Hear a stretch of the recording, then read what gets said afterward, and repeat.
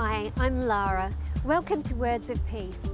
In this week's episode, we feature highlights from Prem Rawat speaking in Fiji. We also spoke to some people and asked them, how would you improve the story of your life? I hope you enjoy this week's episode.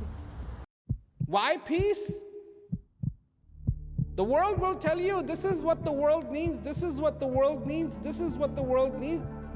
But 7 billion people on the face of this earth are crying out for one thing and one thing alone, and that is peace. And peace is not the absence of war.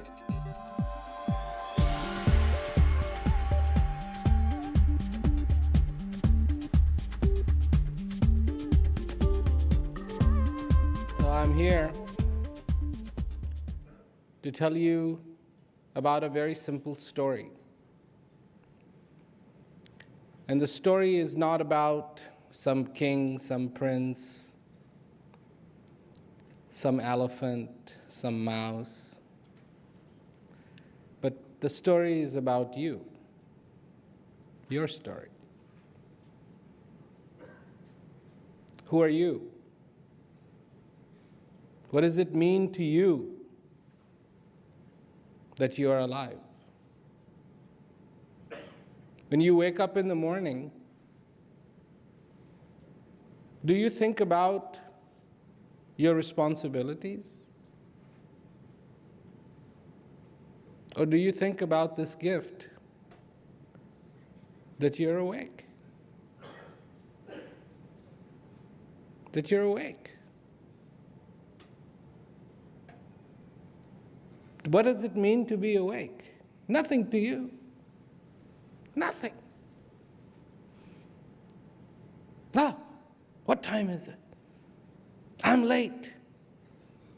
I have to do this. Oh, I have to do this. Today I have to do this. This is how we think. This is how we have programmed ourselves to be. And the unfortunate thing about this is that one day you will know how important it is to be awake. But that day will be the day when you will be fighting to be awake. And there is no time to have this grand vision. There is no time to say, now I understand. Boom. And you're gone. So, in this story, what do you do?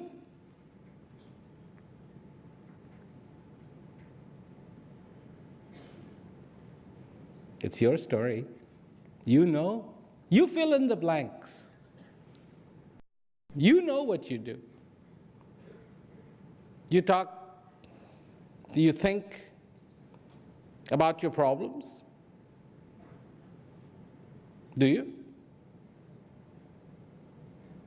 Of course you do. We all do. But that's what we're going to get good at, thinking about problems. And is that what you want? To be an expert at thinking about problems? Because that's what's going to happen. And then if one day, God forbid, you didn't have problems, you would have nothing to think about. It would be a boring day. What do I do? What do I do today? So in this story,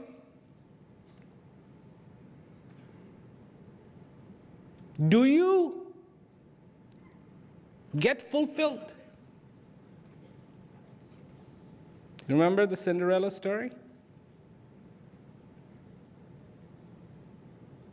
Cinderella finally finds her prince and lives happily ever after. Now you have to realize that if she got married to the prince, that didn't happen. Because in marriage you have issues. Someday the wife is not feeling good, tells the husband, get out of here. Someday the husband isn't feeling so good, tells the wife, you get out of here.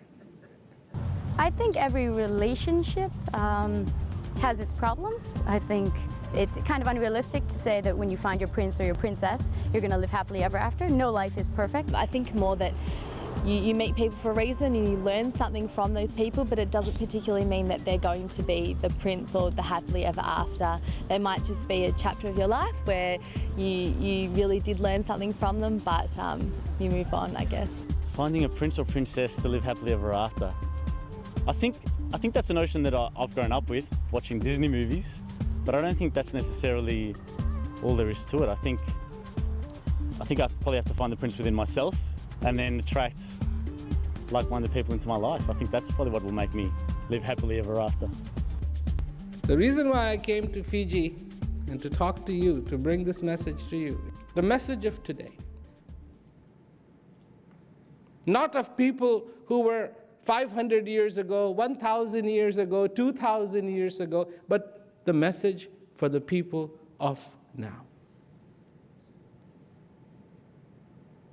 That yes, you can have that appreciation, that you can have that beauty in your life even in this day and age. In the middle of the battlefield, are you two not fighting? Are you not also engaged in a battle? Yes. Do you have a need in you to feel the peace? Yes. If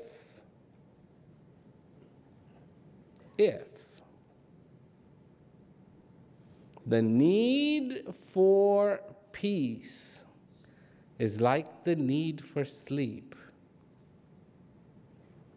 if the need for peace is like the need for food, if the need for peace is like the need for water,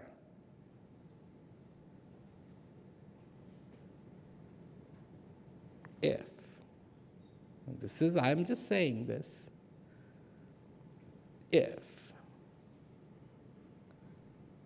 then you will not be able to live without peace. You cannot live without water. You cannot live without sleep. It's a torture. You cannot live without food. You will die. You cannot live without peace. You know what this is? You know what existence is? Existence is? It is the two most impossible things coming together. The impossible. The finite and the infinite. There is a rule of physics. Two things cannot occupy the same space at the same time. You read that one? You know that one? If you ever had an accident, you know about that one. Two things cannot occupy the same space at the same time.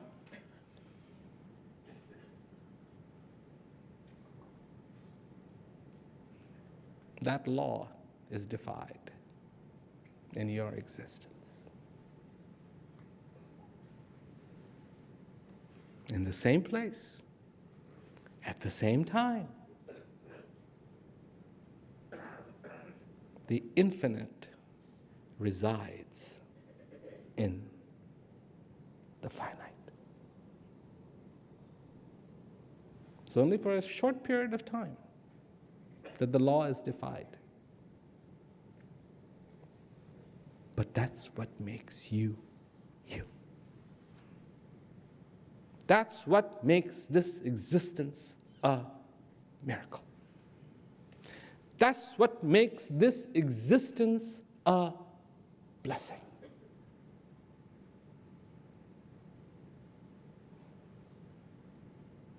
And if you want to see this view,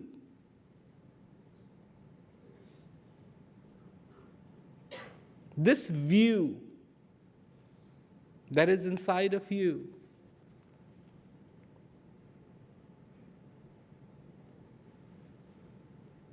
there's a way you can do it. And first, requirement is to have a heart of a child.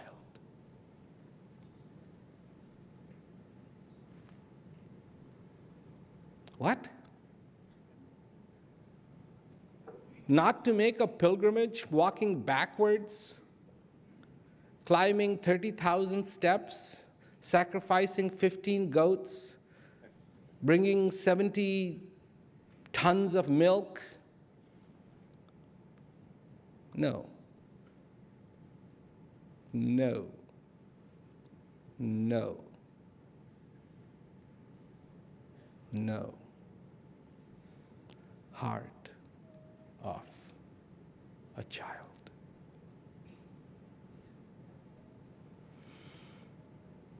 So, do you have heart of a child?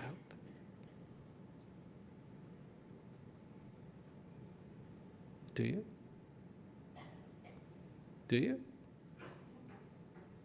Do you? Interesting question.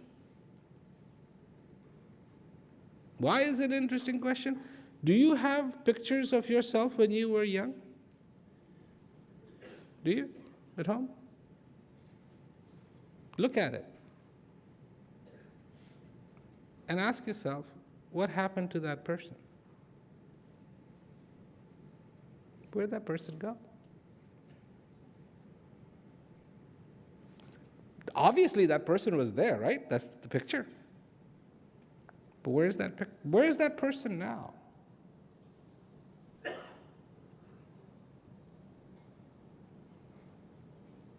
Is that you? But you've changed.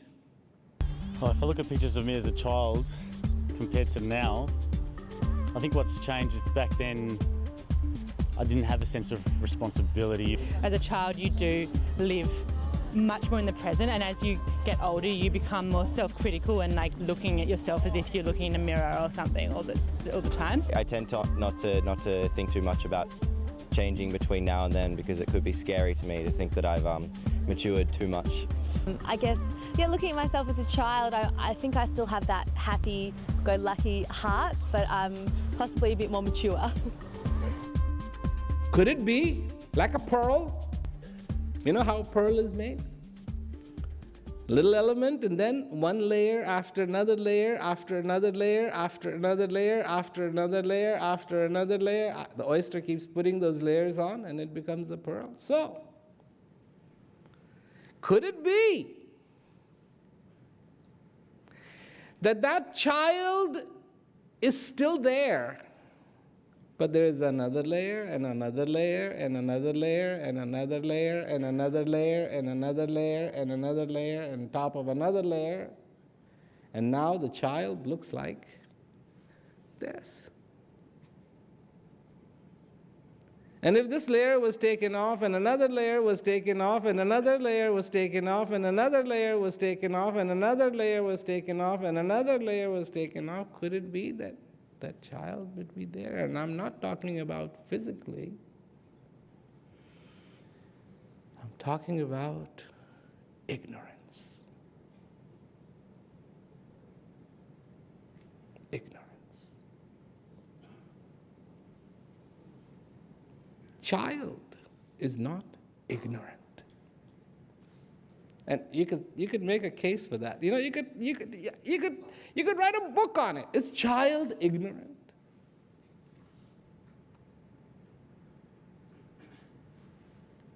Nope. Doesn't know a lot. Doesn't know physics, and doesn't know chemistry, and doesn't know math, and doesn't know calculus, and doesn't know, all these things. Doesn't know how to fly an airplane, doesn't know how to drive a car, doesn't know how to ride a bike. So the child is ignorant, right? No. And what am I telling you? I'm telling you, come with the heart of a child.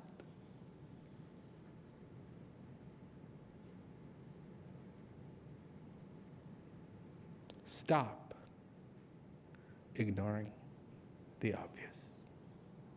Do not be ignorant. How many of you believe?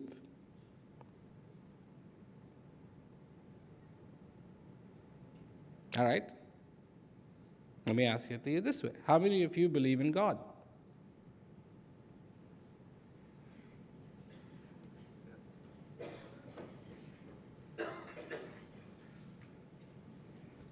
Very good.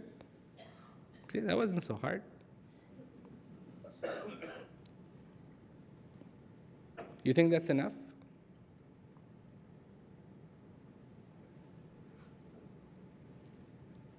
We're getting into some dicey territory here, but do you think that's enough?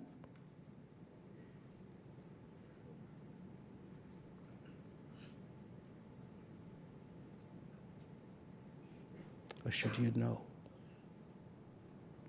Or should you know? Or should you know?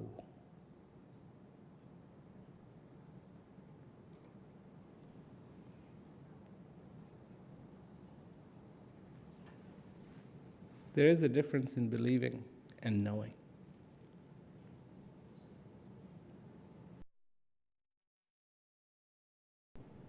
In practical life, if all you do is believe,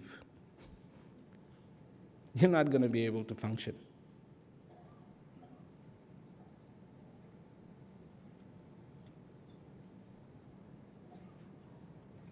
You have an accident, you run your car from the back onto somebody else's car, and the police officer says, "Why did you hit him from the back?" And you say, "Well, I believed that he was going to move, but he didn't."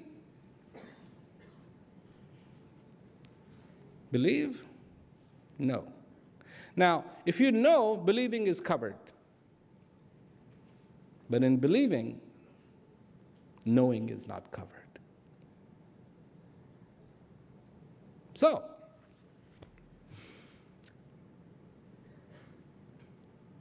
up till now, maybe you have felt it is sufficient to believe. Life is good. Life is golden. To be content now, to be fulfilled now. And this is what, my friends, is going to make this a good, happy story. Isn't that where we started from? Your story? So I'm a very different kind of storyteller. The kind of story that I tell you is so that you can make your own story. And what I tell you is how to make your own story very interesting. How to make your own story beautiful. How to make your own story so that you can be, wow, that is good. And that you know, not believe. I think I'd improve the story of my life. Well, something I think I can probably work on is patience and tolerance. I would be happy if I would be in peace with myself. Always trying to do the best in my life, like to manifesting what I want to do.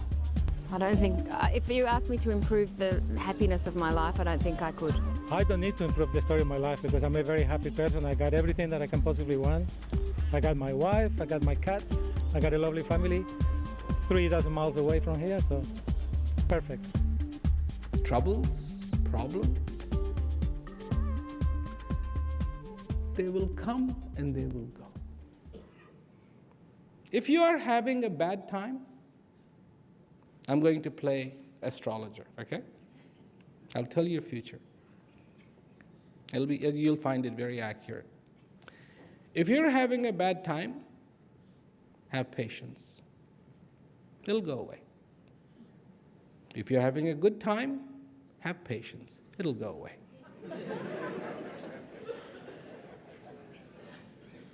And then, when the bad time goes away, good time will come.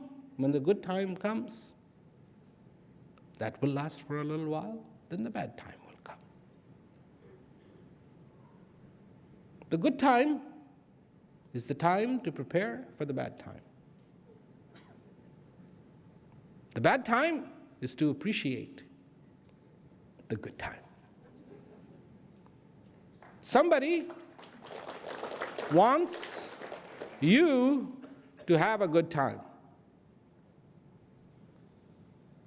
I'm not kidding,